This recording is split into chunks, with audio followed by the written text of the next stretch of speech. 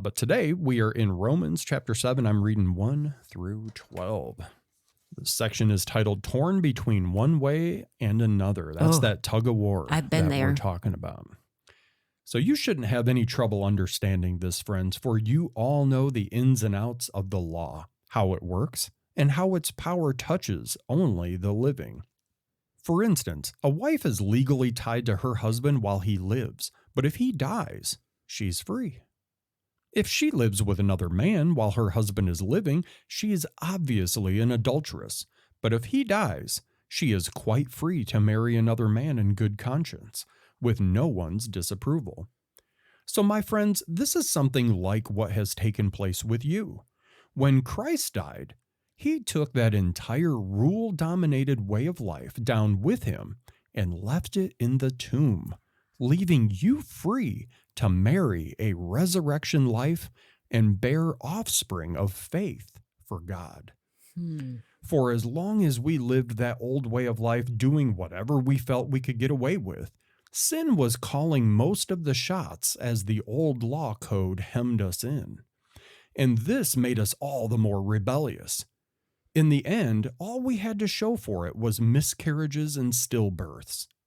But now that we're no longer shackled to that domineering mate of sin, and out from under all of those oppressive regulations and fine print, we are free to live a new life in the freedom of God. But I can hear you say, if the law code was as bad as all that, it's no better than sin itself. That's certainly not true. The law code had a perfectly legitimate function. Without its clear guidelines for right and wrong, moral behavior would be mostly guesswork. Apart from the succinct surgical command, "You shall not covet," I would have dressed covetousness up to look like a virtue and then ruined my life with it. Don't you remember how it was?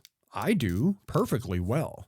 The law code started out as an excellent piece of work. What happened, though, was that sin found a way to pervert the command into a temptation, making a piece of forbidden fruit out of it. The law code, instead of being used to guide me, was now used to seduce me. Without all the paraphernalia of the law code, sin looked pretty dull and lifeless, and I went along without paying much attention to it.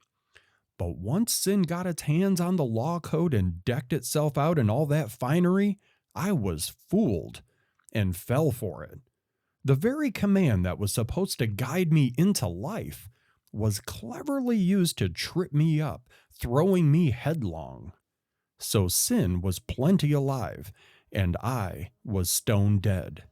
But the law code itself is God's good and common sense, each command sane and holy counsel.